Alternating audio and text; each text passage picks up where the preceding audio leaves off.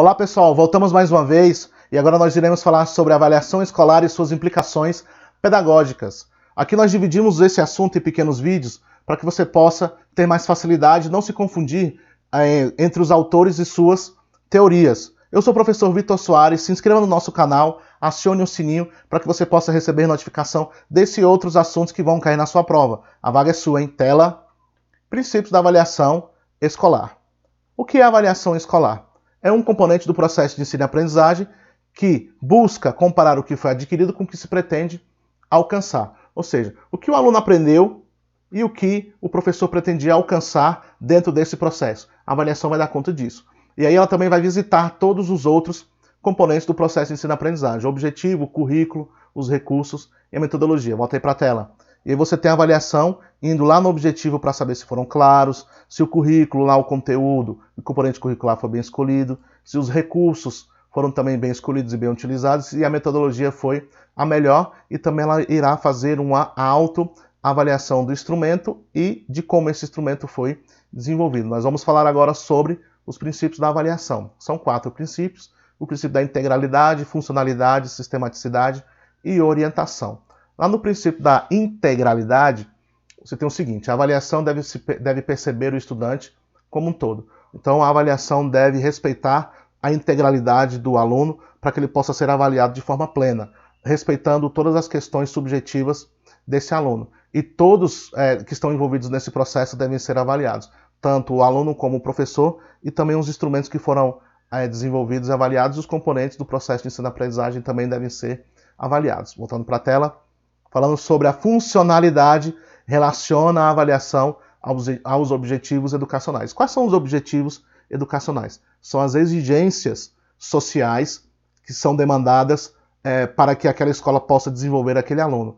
E aí, uma das exigências é a questão do trabalho e a questão também da progressão nos estudos. A avaliação dá condições para que esse aluno possa se desenvolver no que diz respeito à funcionalidade dos objetivos educacionais. Então, a avaliação precisa dar conta justamente desse princípio. Voltando aqui para a tela. Sistematicidade.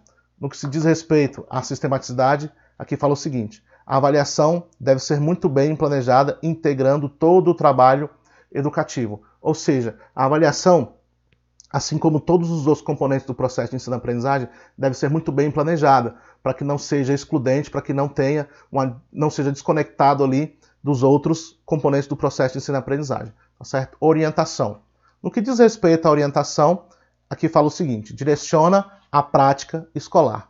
Ela não deve assumir um caráter excludente. Então, a avaliação ela deve direcionar, nortear toda a prática escolar, fazendo com que o professor possa revisitar ali o seu planejamento e que o aluno também possa corrigir os erros que foram ali vistos, desenvolvidos durante aquele processo avaliativo, e para que ele possa realmente se educar. A avaliação deve ter um caráter pedagógico e ensinar tanto o professor como o aluno, e também fazer uma visitação ali nos componentes do processo de ensino e aprendizagem. Agora nós iremos ver como esse assunto caiu em uma questão de concurso. Tela.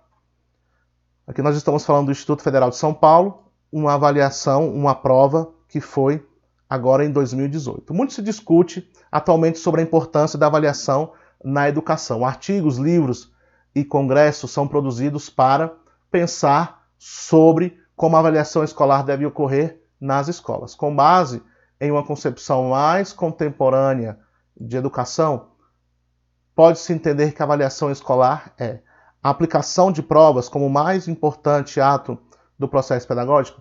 A prova é apenas um instrumento. O que é importante aqui é como esse instrumento vai ser utilizado.